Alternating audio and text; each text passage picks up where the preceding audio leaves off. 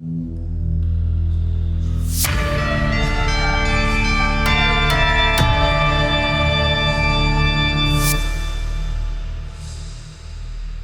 and welcome to the podcast. My name is Thomas J. Sotvet. And I'm your co-host, Vicki Sotvet. Which makes this your very favorite thing to listen to of all time, Scaredy Cats. I'm sure we got at least one person with that description. One person, hoisted their fist in the air and was like, woo, yeah, favorite thing. It's probably our friend Hannah, who's going to listen and then send me texts about the inaccurate things we say about America. Hey, shout out Hannah, and sorry about that.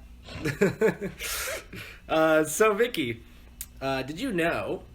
I think you do know this, that there is not just one version of sign language out there.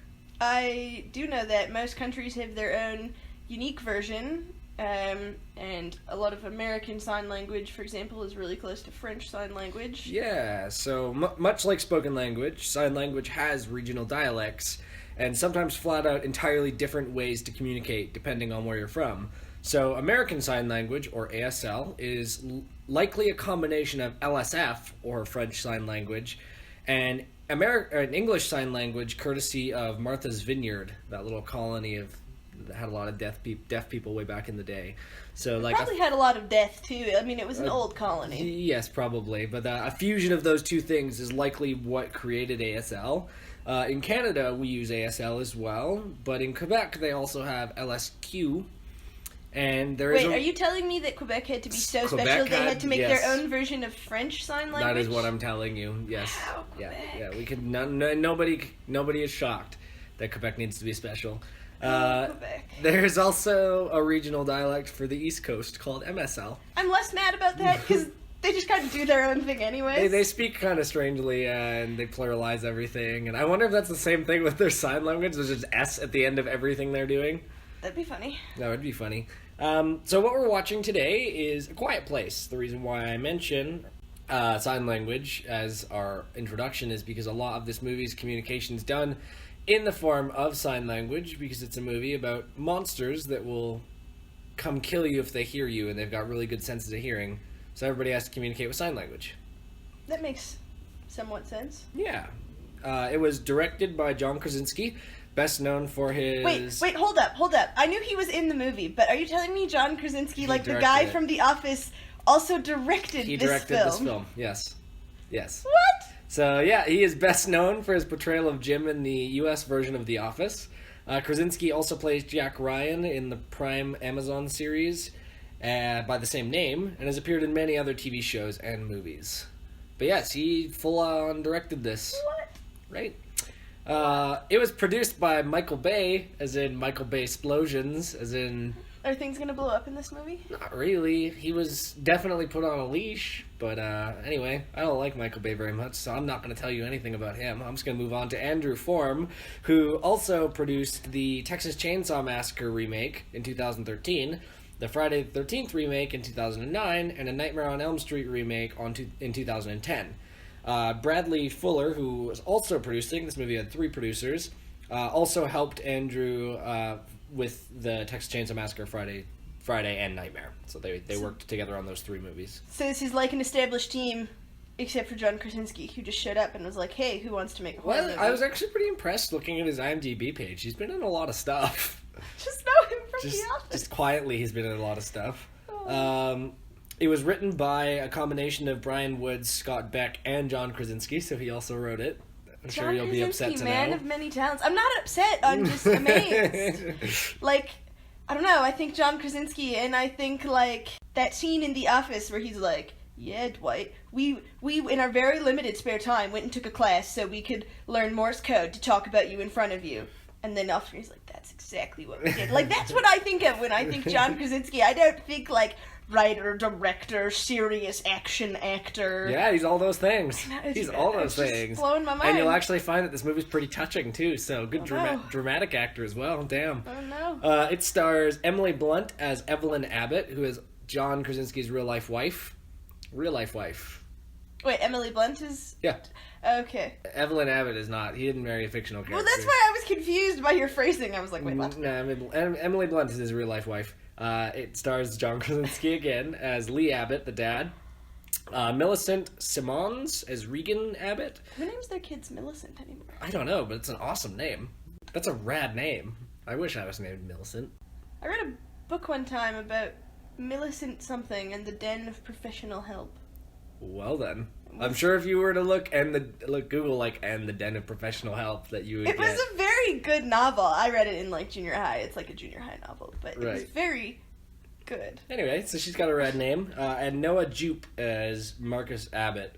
This is a pretty skeleton crew sort of movies for actors. There's not many people in this movie because again, it takes place in the apocalypse.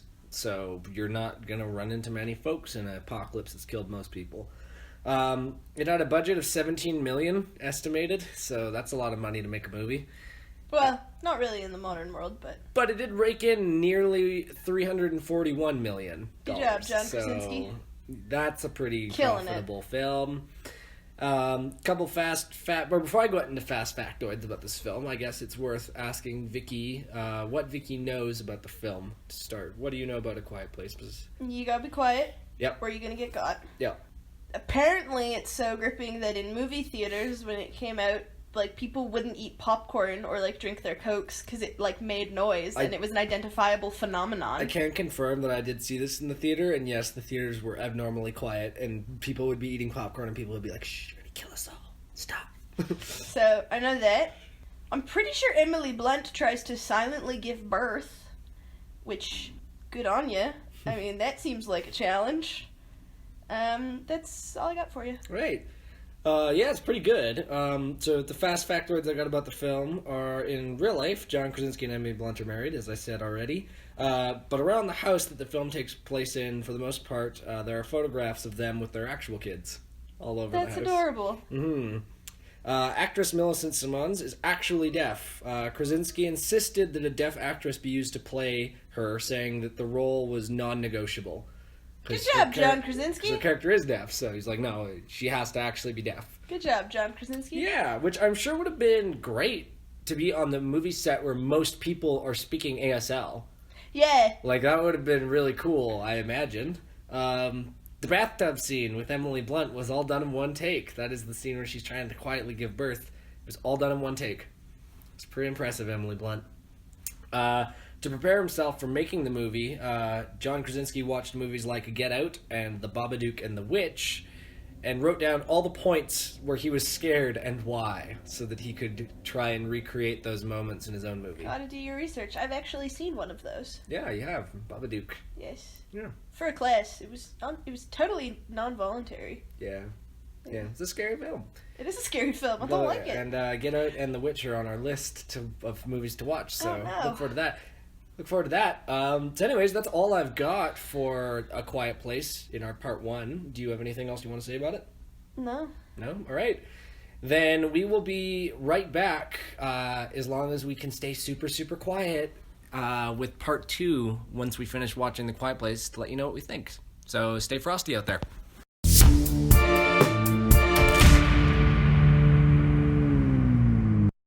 Real talk, at certain points in the movie when, like, monsters were present, I actually couldn't take notes. I had to take them after because my keyboard clicking was too loud, and I was like, no, they'll hear me. Yeah. So, it's definitely... I understand the phenomenon of quiet theaters. So now imagine a giant screen with big loud speakers with all the sounds that there are, and a crowd of people all being quiet. It was quite an experience. Yeah, so the movie starts on day 89. Before we just jump into it, again, this is the part of the podcast where we are going to spoil the whole film. We're going to walk you through every single little detail. So if you haven't seen A Quiet Place, go watch it. It's really, really good. Yeah, and I don't want to spoil stuff for you, so watch it and then come back to this. But if you don't mind it being spoiled, then listen on. Yeah, so it starts on day 89. Which is kind of interesting in and of itself, because normally you see the lead up to the apocalypse and what happens and blah, blah, blah, but in attempting to find out the design studio for who made the monsters, I did find a really interesting quote from John Krasinski about why it starts on day 89, which is that, I wanted to break all the rules and the conventions I had seen in alien movies, like a speech from the president and the people deciding how to survive.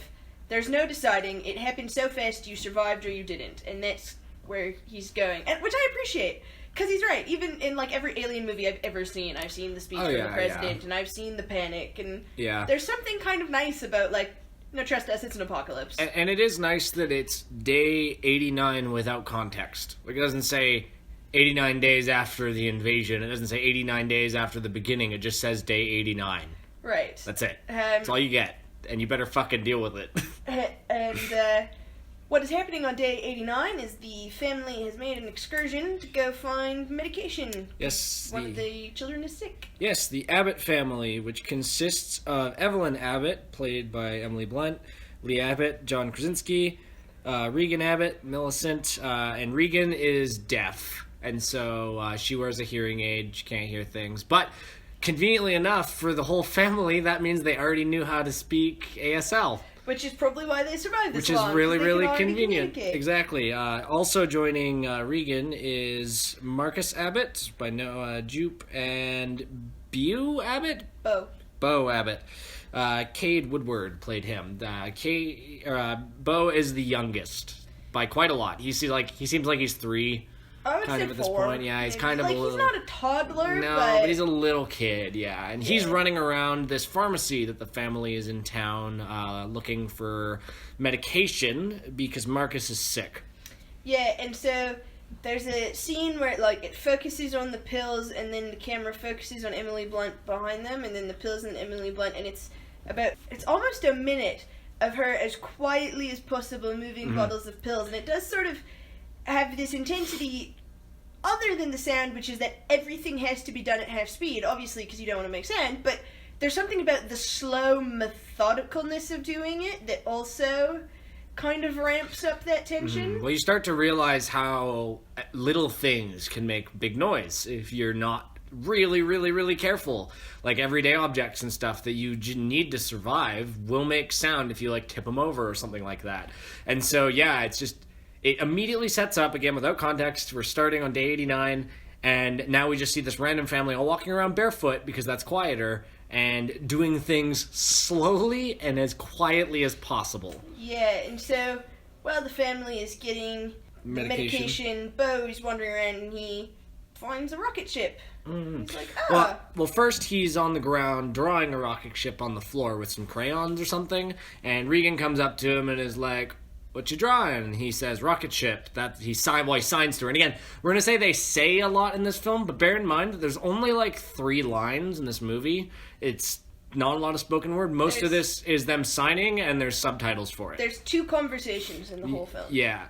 And so when we say they're saying, it's more than likely than not they're actually signing. So he or she says to him, "What are you drawing there?" And he says, I'm drawing a rocket ship." And she's like, "Rocket ship?" And he's like, "Yeah, that's how we're going to get away. That's how we're going to be safe and get away and escape." Yeah. And then he goes and finds a toy rocket ship. Right, and he's trying to get it down, and he knocks it over, and Regan comes out of nowhere at the last second and catches it about a foot off the ground. Saving everybody's lives. Yeah, and everybody is like... Nobody else sees that. It's just her and him. No, I meant the audience. Oh, yeah, we're all like, but yeah, nobody in the store realizes that this almost just happened. Yeah, and so then they're about to go, and Beau has the little rocket ship, and he comes up, and John Krasinski is like, "Oh no, that's too loud. Yeah, his Here, dad. I'll take out the batteries and put it separately." And then they turn to go, and Regan is like, "Well, if it's got the batteries out, can't hurt." So she gives Beau back the rocket ship, and then she leaves, and then nobody is around except the audience to see him grab the batteries off of the shelf. And we're like, "Ooh!" And then they're walking through town, and it's very post-apocalypse. Abandoned cars and shit everywhere. Nobody's around. We see a giant town notice board. It's just covered in missing posters, a very, very, very classic example of an apocalypse. But we see that they're walking on a trail of sand. They've made roads to places they need to go out of sand, and the idea is that walking barefoot on the sand is going to make minimal sound, obviously. So they've made these highways for themselves to various places around, so that they don't have to step through leaves and stuff. Sort of like elephant shrews. Kinda, yeah. They make themselves their little racetracks. Kinda. And so the family's headed back to their farm, and they come upon it's like a railway bridge, I think. Well, I think it used to be a railway bridge, but it's been reaccommodated for people. There's no tracks on it. the bridge, so it probably was actually like just a passenger bridge. Yeah, and they're carrying Marcus because he's sick. And Regan's behind them, and Bo is at the very, very back of the group, and they're all just single file moving along this sand trail. Yeah, and Bo kind of is falling behind, which nobody notices, and then you start hearing the delightful beeping of a tiny toy rocket. Yeah, some buzzing and some zapping, and everybody's eyes immediately go really wide, except for Regan, because she can't hear it. And so she's just staring at her family as they all turn around, panic, and she doesn't know what's going on, because she obviously can't hear what's going on behind her. And then she turns around and sees the rocket ship lights, and you can kind of see the clue, and John Krasinski puts Marcus down Lee. and goes... I'm going to call him John Krasinski. It's Lee. His name is Lee, though. And he puts Marcus down and he goes running. And honestly, about half of this movie is John Krasinski running as fast and as silently as possible while looking stressed AF. Yeah, it's true. He just spends a lot of the movie running around looking stressed as quietly as he can. Yeah. Right, and just before he gets to Bo, out comes a monster and that's the end of him. Whacks him off the screen, and it's quick. Like, you can't even really see what the monster is. It just leaps out of the forest, grabs him, and is gone. And the kid is gone, and John Krasinski's standing there like, oh fuck. I just missed my kid. And then it gets quiet and we get the title card, which is a sandy kind of logo meant to represent the sand, I guess, that they're always spent walking on. And then we go to day 472.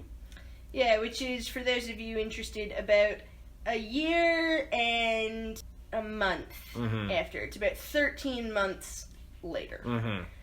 I was really actually quite pleased about the following scene because you kind of get an idea, like, they're on a farm, they're going downstairs, and, like, their survival stuff is, like, homemade pickles, not just random infinite cans with the labels missing. No, and, they're clearly, like, into canning and fishing. Do you know what I appreciate? It super is going to be farmers who survive the apocalypse because they do know how to grow their own food and they do know how to preserve their own food, and that's never what you see in apocalypse movies. It's always like the city folk, the gang and their biker leather, and it's like I appreciate that somebody was like, who is going to be able to have a lifestyle that is already quiet enough. Because, like, if you take the combines and stuff out, it's not allowed to farm. No. Who knows how to preserve food, who already knows how to, like, sow and stuff. Yep. Of course it's going to be the farmers. Yeah, absolutely. So yeah, we see them on their farm, and they're living their life in quiet land. They're all being as silent as possible. We see a lot of scenes where it's very clear that Regan blames herself for the death of little Bo, because she gave him back the rocket ship, obviously. Even though she didn't give him the batteries. She didn't give him the batteries. And, like, reasonably, he could have picked up the rocket ship batteries himself. And she feels guilty about it, and we're led to believe that John Krasinski is also, like, maybe a little bit like her about it.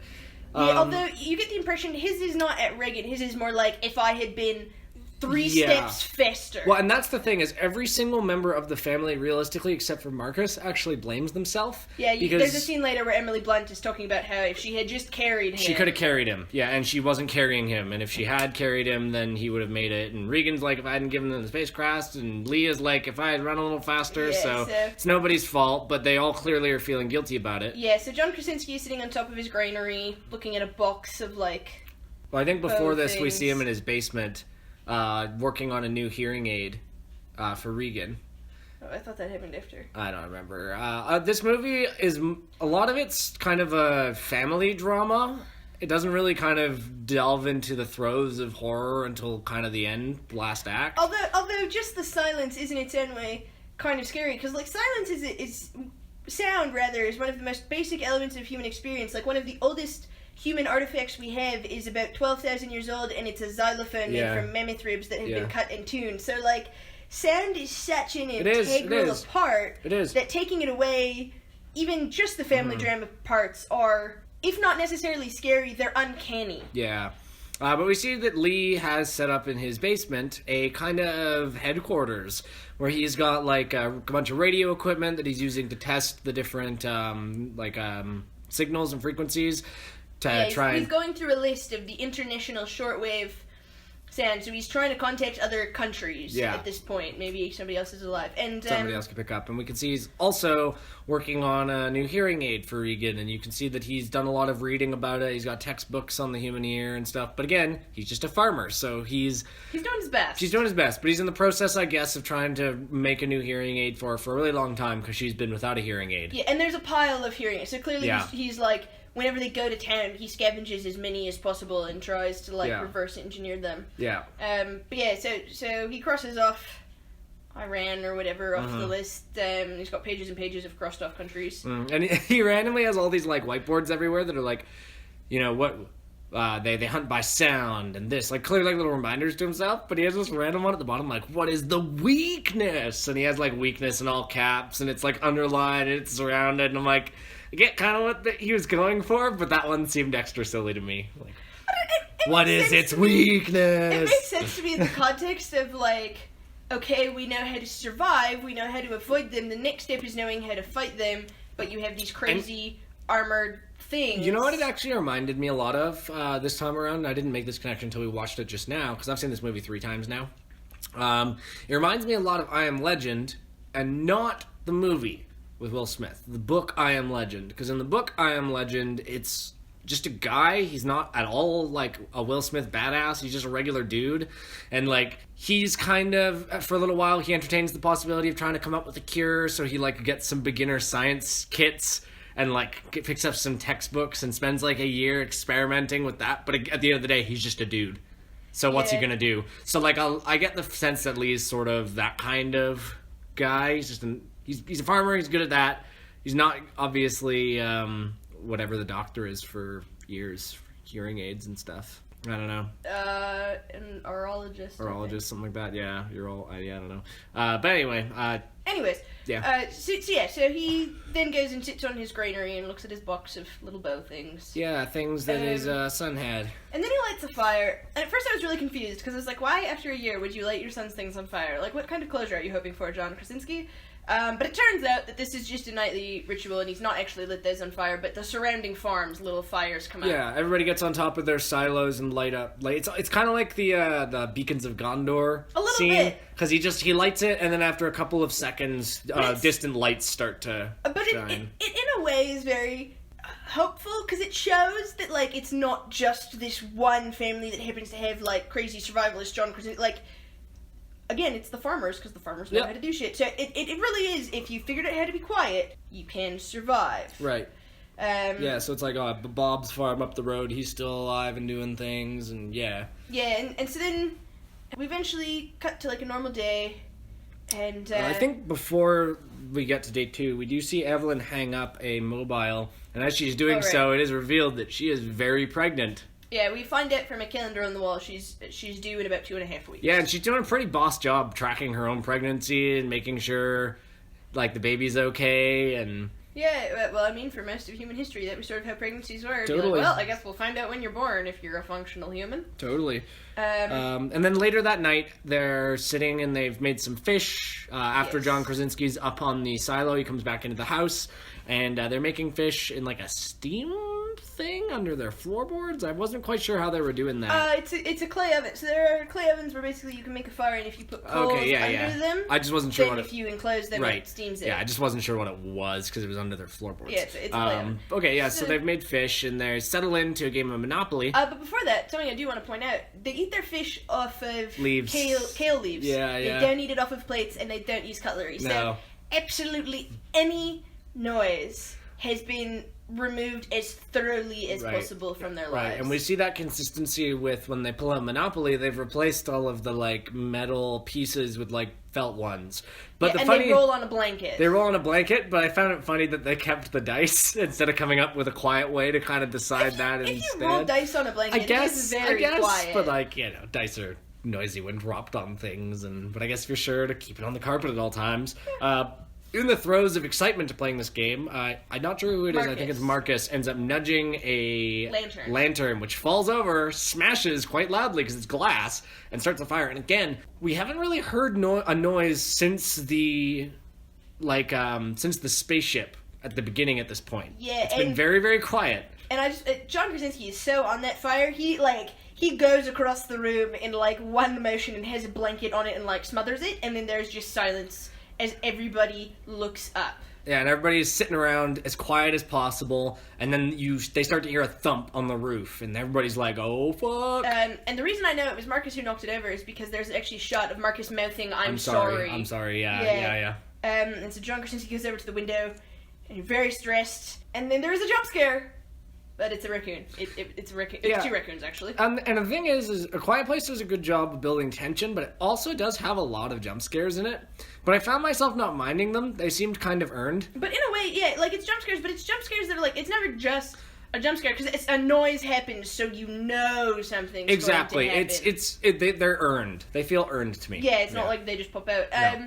But yeah, so it's raccoons, and they're like, okay. At which point I wondered how there were any raccoons left, and I was immediately answered by, gee, we don't know, because the raccoons are wandering off making raccoon noises. Yeah, they're in the and field later, and then, like, this big claw just comes and smashes them. Right, so my theory is that the fish are doing great, and everything else is extinct. Except for those 2 raccoons. Those were the last 2 raccoons on Earth, and now they're dead. Yeah, it's kind of sad to think that raccoons won't survive the apocalypse. Yeah, they're such clever little robbers. I hate them with their little hands. I love raccoon hands. I hate their little hands. They frighten me. Then we cut to day 473. And one thing I noticed about this point is they have a system of lights that they have strung up over the trails at night and stuff. Mm-hmm. And I really want to know where they're getting this electricity from, because there's no solar panels on the house or anything, but you can't run a generator, because a generator's fucking loud. Maybe they've got a generator really far away, and it's, like, wired into the house or something like that. Yeah, but it makes me wonder. I just had questions about the electricity portion, because they use lanterns and candles a lot, but, like, they have a whole room of radio equipment. Maybe the power plant's still active, being tended to by somebody. Or... Yeah, to be honest, that was the only question that the film left unanswered for me in this new silent world, is where's the power? But the thing is they do such a good job throughout the film of you being like, that's how they do that. That makes sense. So, like, I'm okay suspending my disbelief kind of thing. Yeah. To be like, okay, maybe they had something. Yeah, so on this next day, Reagan is going inside, and she's about to go down to the radio room. Yeah, and we see in the house, right before the radio room, they've painted the floor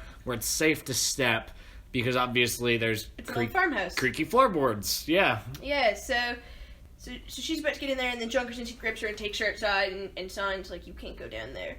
And she's like, why not? I'll be quiet. And you do sort of understand, because she's deaf, so if she were to accidentally bump a radio and it starts emitting a noise, she won't realize. It. Exactly. It's dangerous, and also that's where they keep the gun and stuff, and it's just like, yeah, but it is very reasonable why she wouldn't go down there, but you can definitely see she sees it as another example of she's not loved, she's not trusted by the family. And so John Krasinski's trying to give her his new hearing aid. Yeah, Lee holds up the new hearing aid and is like, I just made this for you, let's give it a shot. And she signs at him that it won't work. It never, ever works. And he's just like, that's why we'll keep trying. And she's like, no, just stop. And then he gives her the hearing aid after she shoves him off a couple times and just puts it in her hands, and then he gets up and walks away. Yeah, and then he's going to go take the Marcus out to show him the way of the world. Yeah, I'm gonna go teach him how to fish and stuff. And Marcus is like, I would really prefer not to. Yeah, he's getting homeschooled by Evelyn in the house. She's teaching him Shakespearean sonnet on the whiteboard with with iambic pentameter marked out. And I love that they had a conversation clearly over, like, what is important to teach our children in the apocalypse? Iambic pentameter. Yeah. Yes. But she's also teaching him, like, division and stuff, and then Lee comes out. I refuse. Lee comes out and is like, it's time to go. And he's like, I don't want to go. And we learn that he's quite nervous about going out. But Emily Blunt assures him that Lee will always keep him safe. His dad will always keep him safe. Yeah, and so as they're about to go, Reagan comes out and he's like, oh, I'll go. I'm not afraid of them. Yeah, look at me. And he's like, nah. Which, again, you get the impression, like, maybe he just wants to deal with one at a time, or he feels it's important to take the son who can hear the monsters coming, so he knows. And he does say he'll take Reagan next time. Yeah, after Reagan storms off, Lee turns to Evelyn and signs next time. Yeah, and we kind of briefly diverge into 2 separate storylines here. 3, actually, because Evelyn's in the house, Regan's doing her own thing, and Lee and Marcus are doing their own thing. Reagan puts the hearing aid on and snaps, and it doesn't work. Right, and then she starts crying because that would be rough. And then she packs up a little bag, and she goes on a sojourn, and there's some other scenes, but basically Regan is going to Beau's little cross where he was she packs up, and again, like we're saying, all these scenes are kind of intercut with each other, but the important thing is that Regan tests out her hearing aid, it doesn't work, cries, goes to her room, packs up a bag, including a package of something that we don't see what it is, and then makes her way to the bridge where they've set up a little cross for Beau, and she pulls the package out of her backpack, and it's revealed to be the spaceship that he was holding that got him killed, and she snips a wire, puts the batteries in, and then flicks it on so only the lights are going, and then there's no sound. So we're like, oh, that's it. And meanwhile, John Krasinski has taken Marcus, and he's gonna go teach him fishing. Yep, he's clearly got some fish traps set up in the river. Yeah, so he grabs a fish and he brings it over, and the fish, being a wily thing, as fish often are, kind of slurps out of his hands and into the river. And Marcus is he's ready to fucking go. Yeah, he's like, oh shit, because it's a big, like, and again, like, this movie's very, very quiet, so whenever there is a sound, it's shocking to the audience as well, not just to the characters. Yeah, but John Krasinski grabs him and signs, like, it's okay, the river is loud, so a sploosh, like, won't attract small sounds safe. As long as there's a bigger sound, then you can make small sounds, yeah. Right, and so eventually Marcus comes down and he's like, okay, well, I'm going to take you to see something. And he takes him to a waterfall. Mm-hmm. And he, like, makes, like, a bird yodel call thing. Yeah, like, without saying anything, just looks up at the waterfall and screams up at the waterfall, and Marcus looks like he's going to have a heart attack. Right, and then it's 38 minutes into the movie, and we get our first piece of dialogue, which is John Krasinski saying, it's okay, they can't hear you here. Yeah, you're safe here, because the waterfall is really loud, which means you can talk. You can use your words here. Yeah. It's a special kind of place. And so they have this quiet conversation in which Marcus is surprisingly full of wisdom. Mm-hmm. And he's like, do you blame Regan for what happened? And he's like, no, of course not. It's nobody's fault. And he's like, do you love Regan? And he's like... And John Krasinski makes the most offended face, like, boy, why you even ask such a dumb fucking question? Mm-hmm. He's like, I of course I do. Yeah, and Marcus is like, you should maybe tell her that. Yeah, because it's clear, and to be fair, like, when you have a kid die on you like that, it would be pretty tempting to kind of close off a little bit from the rest of your family, especially while you're trying to keep your whole family alive. Exactly. You maybe don't always have the time for telling people you love them. You know, it's a stressful situation. It is very, very stressful. But anyway, so Marcus says you should tell her. And then we cut to Evelyn, who by far has the most stressful character journey, I think, out of anybody in this film. Like, everybody's having a pretty bad time, but Evelyn has probably the most stressful character journey. So we see her go up to Beau's old room, and she sits in it, and she starts getting sad. And then she gets up to leave, and as she's leaving Beau's room, her water breaks. Yes, and then we get nothing more on that for a bit, because we cut back to John Krasinski and son. Who are wandering along, and they're, like, coming across a house, and you're thinking maybe they're gonna go scavenge or something. Then there's an old man. Just standing in the woods, yeah. This old guy. Yeah, and then John Krasinski looks down and realizes that the old guy's wife has been got by one of these things. Yeah, she's lying dead on the ground. And if you've seen the trailer, that scene where John Krasinski puts, like, a finger up to his mouth in the woods and looks utterly terrified, that's this scene, and he kind of puts Marcus behind himself. And the old man kind of takes a breath, and you're like... And John Krasinski is kind of shaking his head and pulling his finger up to his mouth like, don't.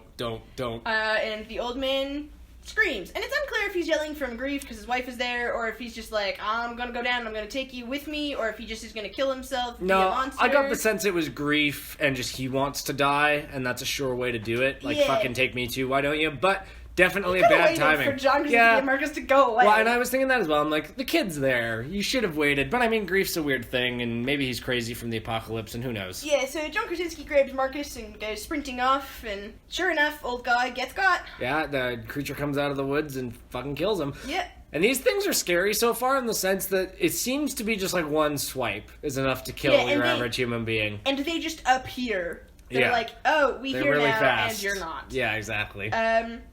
And then we cut back to Emily Blunt, who's going to have this baby 2 weeks early. Yeah. And I bet she's real glad she had children before the apocalypse and took Lamaze classes. Yeah. Because she's doing some breathing. She heads down to... right. Before this scene, because she was doing laundry while Lee was taking Marcus to the river, and while Regan was going out to the grave, she was doing laundry. And we see her, a laundry bag, as she's going up the stairs from the basement, get caught on a nail and pull it up so that it's sticking straight up. Yeah, which she obviously doesn't notice at the time, because she's going downstairs and she's carrying a framed photo of Beau, and then she impales her foot on she that just nail. steps on the nail, and she lets out a little squeak, but she drops the photograph. And the glass in the frame shatters. On the ground, yeah. And keep in mind, she's also in labor. Yes, she's also she's in now labor in this whole time. She has a nail in her foot, and she has just made the loudest fucking noise that this farm has probably seen in the last year. Yeah. And you're like, it's gonna be okay. It's gonna be okay. She pulls her foot off the nail and gets down to the basement and... except it's not okay because... one of those things shows up. Here comes a monster. Yeah. And she goes over to one of the shelves and she pulls off a cooking timer. Like something that you would, you wind up yourself and it buzzes. Down, and it ticks down and buzzes at you. And she leaves them for eggs. Exactly. And so she, gives it, she puts on the timer, 2 minutes or something like that. And then she goes and hides it in the corner. And then she goes to the opposite corner and waits. Yes, and sure enough, down comes a monster. And this is kind of the first good look you get at them. And something I found interesting, I thought that it looked kind of like the Demogorgon from Stranger Things, and so I was like, I wonder if it's the same design studio. And in trying to look it up, I found out that John Krasinski actually wrote a whole, very elaborate backstory of these things, and, how they've evolved this way, and why they're on Earth, and it's and he has this bit where he talks about how they're an evolutionary perfect machine, so they grow up on a planet that is no light, which is why they're blind, but also it's why they can hear so well, and they have to develop a way to protect themselves because their planet doesn't have a proper atmosphere, which is why they're so hard to kill, because they have this armor, and, he actually has a really elaborate backstory for them, which nobody in the film is privy to, and he was talking about how it was in part inspired by, crawfish in the Thames, which is when, one crawfish got in the Thames, and suddenly there was, 5,000 of them, because they do so well. And just this idea of, no, I'm going to make these things, and they're going to have clear rules and a clear evolutionary history. You just don't get to know about it in the film. Yeah, well, it's kind of it reminded me very much of, the Alien design, because behind the Alien mythos, because it's originally based off of H.R. Geiger's art, which if anybody's into, weird-looking sci-fi art, then look up his stuff, because H.R. Geiger's got some great stuff. But very, very, very detailed. A lot of thought put into the creature that you don't get to know about in the movie. Yeah, you don't get to know about it. But anyway, so Evelyn is hiding, and then the timer goes off, and it just starts tacking where the timer is, and she sneaks back upstairs. Right, keep in mind she's just had her foot impaled on a 3-inch nail. And she's in labor. She's doing it. So she makes it upstairs to a bathtub. Yep. She climbs in the bathtub, and there's a really cool shot where you see her feet slide to the end, and then you see blood kind of start coming down. Mm-hmm. And she's clearly doing her best. And this is the point where I made the note that it's hard to make notes on my keyboard, because any sound frightens me. Yep. But yeah, she's very, very quietly breathing. Oh, and before she leaves the basement, something that she does is she flips a switch that flips all of the outside lights to red. Right. So when John Krasinski and Marcus come back, they're like, oh shit, something's going wrong. down. And so John Krasinski signs to Marcus that he needs to make a loud sound. Yeah, Rocket. He needs to go make a loud sound, and then he says, "Your mom needs you. You can do this." And then Marcus goes off into a cornfield. Right, and we get back to Emily, and she's clearly struggling to give birth silently while there are monsters. And at one point, you actually can see this really cool shot. That's again really good rule of thirds, where it's Emily Blunt lying in the bathtub, and then kind of this dividing line on your screen, and then a light bulb. It's like a sconce from the wall, and it's looking down as you're flickering. And then it cuts back to her, white-knuckled holding the tub, and you can see an alien hand kind of crunch on the into door, the wallpaper. And then she screams, and it cuts to Marcus, and you're like, oh! Yeah. So she screams, but then it cuts to the fireworks going off at the same time. Yeah, so Marcus has successfully lit the fireworks, and he's running away, and John Krasinski grabs the shotgun. And we also see Regan, who's still lying at Beau's grave. Well, she sees the fireworks, and now she starts running back home as well. Yeah, because she knows that's bad. And so John Krasinski's going around with with a shotgun, and he's looking in the house and doesn't seem to find anything, and then he looks in the bathtub, and the bathtub is empty, but full of blood. Yeah. And you're like, oh no. And so John Krasinski is, like, crying into his shotgun, and then, Emily in Blunt's... sort of a reversal of horror tropes, there's a bloody hand that hits the inside of the shower and drags down, which is normally, like, a dead body, but it's actually Emily Blunt being alive. like, hello, I am here. Yeah. And so John Krasinski grabs her and the baby and makes the face of a man who is so happy to have a new son, but also, could you just stop doing baby things there? Yeah. Because you're kind of cooing. Yeah, it's kind of and like, it's fucking my shit up. It's kind of like, be quiet, don't cry, shut up, please, shush, shush, shush. Yeah, and so he's carrying them back, and then we cut to Regan, who's in the cornfield, and a monster shows up behind her, which of course she doesn't know. No, she can't hear, She yeah. can't hear it. But of course she's not making noise, she's just standing there. No. So the monster is like, and it's kind of starting to creep around, and then there's some feedback issue with her new hearing aid. Exactly. And it just bugs her, and she doesn't even notice that it's bugging the creature behind her.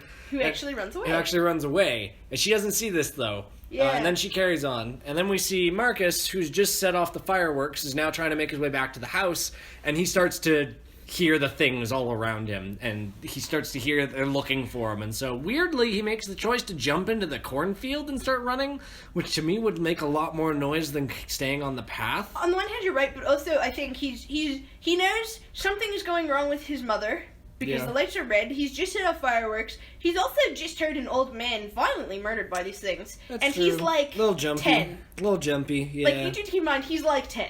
Yeah, he's doing his best. Jumpy. And he starts running through the cornfield, but then he trips and falls. And then we go back to Lee and Evelyn in the house, as he is carrying Evelyn and the baby to the soundproof room that they've been making in their basement. Yes. That's like got a special kind of crib and an oxygen tank in it. And I want to point out, there's music almost this whole time. There's music the whole movie, except when it's Regan, because it's totally silent.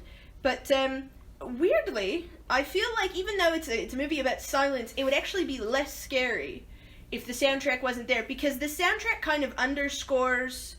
Because the soundtrack itself is quiet, so any loud, sudden noise is actually more jarring, I think, with the music than without it. Yeah, well, the thing is the music's not loud when there's a loud noise that's meant to be an indicator that shit's about to go down, right?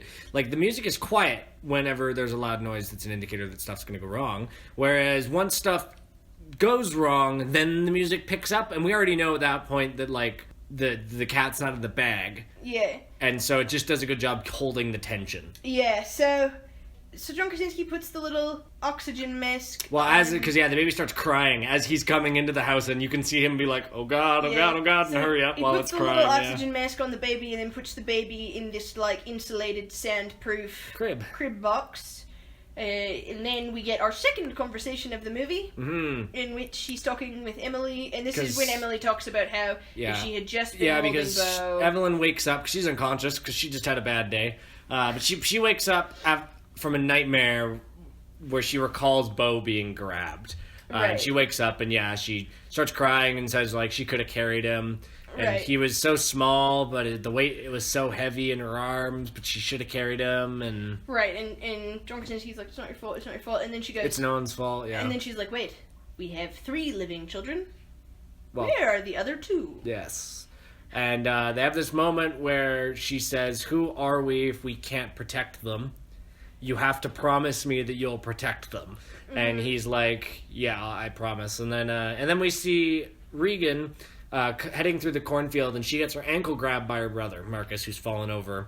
Yeah. And now the two of them are hiding, and they decide to go to the top of the silo where the signal gets lit. And they light a signal, but nobody seems to be returning this time. Yeah, although, to be fair, it's unclear how long they're waiting, and I think a lot of it comes from Regan is convinced that she actually says that her dad will come for Marcus. He won't come for her. Mm-hmm.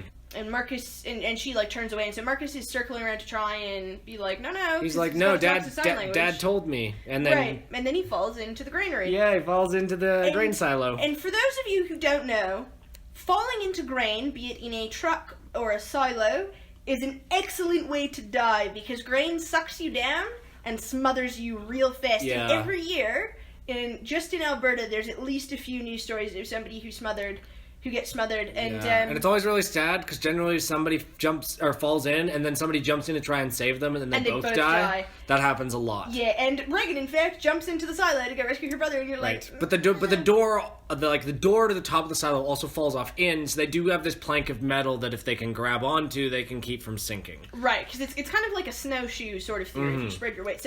So Marcus actually manages to get up on it, but then Reagan starts slipping below the grain. Yes. And he goes get the classic shot of, like, the reached hand disappearing. Yeah, and he reaches out and grabs a hold of her, and he manages to pull her back up. Well, there's a bit of a moment, because he just plunges his hand into the grain. Right. He's looking blindly for her. But he does find her. Yeah, and he gets and helps her up. And then they look up and realize the door is creaking. And then we see one of the creatures drop down. Yes, but then, before that gets resolved, we go back to Emily Blunt. Yes. Who wakes up to find, A, that there is a creature not 10 feet from her, right. and B, that her basement is flooded. Yeah, because as John Krasinski was leaving the house to go after the other two kids, it's revealed that a pipe is burst or something like that. Well, I think it's when the thing is flailing around. It hits it. Anyways, and so she's like, okay, I will very quietly go get my baby. So the baby is now floating in this flooded basement, in this soundproof box, and there's a creature on the other side of the basement, and we see it just, like, snake-like slip into the water and vanish. Yeah, and honestly, I don't know how Emily Blunt does not immediately crawl back up on the bed. Instead, she keeps walking through the water, not knowing where this thing is. Yep. Because, like... Gotta save that baby. I don't know if it was my baby and that happened, if I would be like, I'll go for it, or if I'd be like, I'm just gonna let you sit in your separate box, and I'm gonna sit on my bed, and we're gonna hope it goes away. Aww. Well, I'm saying I don't know, like, that's... Like, the fact you can't see it, right? Because if you could see it that whole time, you could, I'll be very quiet and it'll be fine. But the fact that you don't know, like, what if it brushes your leg and feels you? Because then it's going to be like, ooh, snacks. Yeah. Anyways, so but she does successfully grab the baby. Yes, and does successfully make it up the stairs. Slips back up the stairs, yeah. Like, this is what I mean. Again, Evelyn definitely has the most, like, stressful close encounters. Yeah, she's having a bad time. Yeah. And then we, of course, see John Krasinski running as fast and as silently as possible. Right, and he hears a bunch of commotion because in the grain silo now, there's creatures in the grain with them trying to attack them, and they manage to flip the metal door that they've been using to stay afloat over them to use as a shield, and it's just tearing through it. Right, and then Reagan's hearing aid malfunctions again. Yeah, and it starts going off, and she starts flinching, and the creature starts flailing, and but then... again, she can't see it. Because she's below the metal plate. Yeah, and then it freaks out and it claws its way out of the silo and runs off. And which conveniently gives them a way out. Exactly, but we see them look up and kind of... You can see the gears in Regan's head start to turn. Like, oh, that's weird. Right, but why would it just run away? It yet. No, but she's like, something's up. So they get down and they meet up with John Krasinski, who's so excited, and he immediately looks at Marcus and is like, are you okay? And then he turns to Reagan, he's like, are you okay? And he's very good, actually, about being like... And his character does a really good job of showing, actually, that he does care about Reagan just as much as he cares about Marcus, and a lot of it is just Reagan's guilt that makes it seem otherwise. Absolutely. But then they know there's something still going around, so he kind of is like, all right, we're just going to go to the truck. And so... And I couldn't tell, but I think they have the truck set up, because it ends up this way at the end. But if you put the truck in reverse, it'll roll you to the house. No, if you just take the emergency brake off, yeah. It's in neutral. I think it's designed, like they've set it up, so that if you get in the truck and take it out, take the brake off, it'll go down the hill to the house. Yeah, and so Marcus climbs in, and Reagan goes underneath, and John Krasinski grabs an axe. Yeah, because he's aware that something's up, and he's like, I know something's hiding around here. So he grabs an axe, and he's looking around, and he comes out from underneath the shed, and we see it's on the shed. And he whacks him. Yeah, well, he turns and he tries to hit it with the axe, but it gets at him first, and it hits him hard and sends him flying. And Marcus bursts out of the truck and screams, "Dead!" Yeah, he's like, "Dad!" At which point the creature is like, "More snacks?" To be fair, we've seen these creatures, all it takes is one whack to kill anybody so far that we've seen die. And so the creature starts running over to the truck, and Reagan scrambles into the truck and closes the door, and she and Marcus are doing their best to stay silent. Yeah. The creature is flopping around. Just ripping giant holes in this truck, smashing the windows, and Lee slowly gets up. He's got the axe, but then he drops the axe, which causes the creature to turn around and be like, "Quay?" And he makes eye contact with Reagan and signs, "I love you." And then he signs, "I have always loved you." And then he screams. Yeah. I wasn't expecting to almost cry in a horror movie. That was a new experience. It's a hard-hitting scene. And we should point out, Emily Blunt is watching all this go down on the CCTV in the basement. Yeah, she can see it in the, And so Reagan is just watching in horror, and Marcus takes the emergency brake off, and they roll down to the house. And they roll away from Lee, who has died now. Yeah, and so he becomes our third body in this film. And so they get into the room with all the monitors and stuff, and of course Reagan's never been down here. She's not allowed. Nope. So the family's all together again. But and so Emily Blunt gives Marcus the baby. Yeah. And he's like, wow, and meanwhile, Reagan finds the pile of hearing aids. And all the, textbooks and stuff that her dad's clearly been working on. And it's kind of this moment of realization for her where she's like, oh, he really did love me. He's been doing all this work for me, and I didn't know that he was doing all this. Yeah. Yeah, and... And she also notices all of his notes clearly being like, okay, they've got heavy armor, they can hear, what are their weakness? What is the weakness? And you can see her gears again starting to turn in her head. And then, unfortunately, the party's not over yet when another one of the alien creatures comes down the stairs. Right. And Emily Blunt's got the shotgun trained on it, but you can tell she doesn't want to shoot because throughout this film they've talked about how the armor is so good that even if you shot it, wouldn't do shit against them. Also, it's real fucking loud. Yes. And so the plates on this thing's head kind of lift and shift to direct sound to it. And it's very tense, it's getting very close, and the baby starts to cry, and you're like, oh shit! Yeah. Except then the hearing aid malfunctions again. Yeah, and this time it malfunctions really loud, because I think I'm not sure if it's amplified by all the radio equipment that's around, but basically it's really, really loud, causing the creature to flail around and fall over, seemingly dead. Well, not quite. It's just flopping, and then Reagan kind of is putting this together. Right. And grabs the hearing aid and shoves it into the microphone that John Krasinski had for the Right, radio. which causes it to broadcast even louder, and then the creature falls over, flops on the ground, seemingly dead. Although, of course, this is a horror film, so we get our last scare as it jumps back up, but Emily Blunt's able to shoot its head off with the shotgun. And then... Because it's plates have all separated because of this sound. Yeah, and then, of course, it's a loud noise, and so you see all the CCTV cameras, a bunch of these things. Yeah, now there's 20 of them all charging across the field.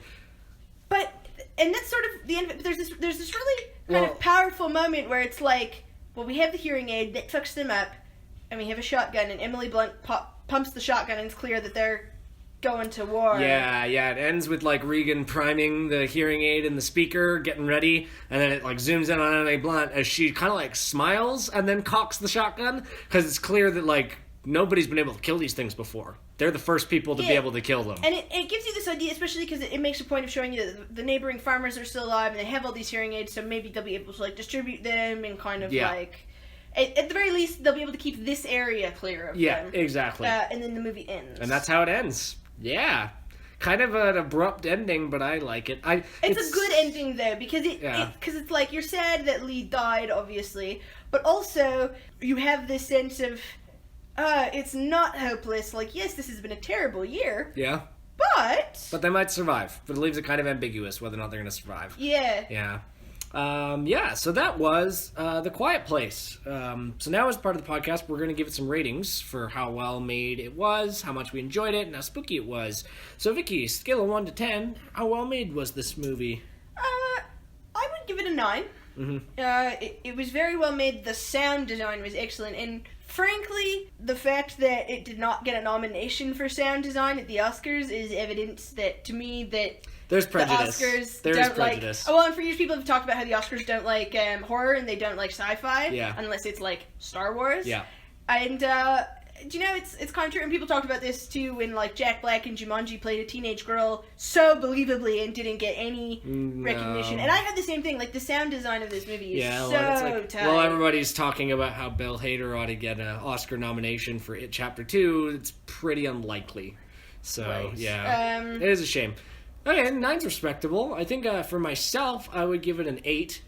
It's really well made. The set design is great. The house, they put a lot of tender love and care into, it doesn't make sense for this thing to be around because it's too loud. Instead, we'll replace it with this. Or this is how we would noise-proof this and stuff. So that was really, really neat. I think just where it lost the points for me is just, I don't know, it's kind of small. It takes place on just this farm. But an 8's still really good. Yeah. So, yeah, I give it an 8, which means scale of 1 to 10, Vicki, how much did you enjoy this movie? I'd give it probably an 8 also. Yeah.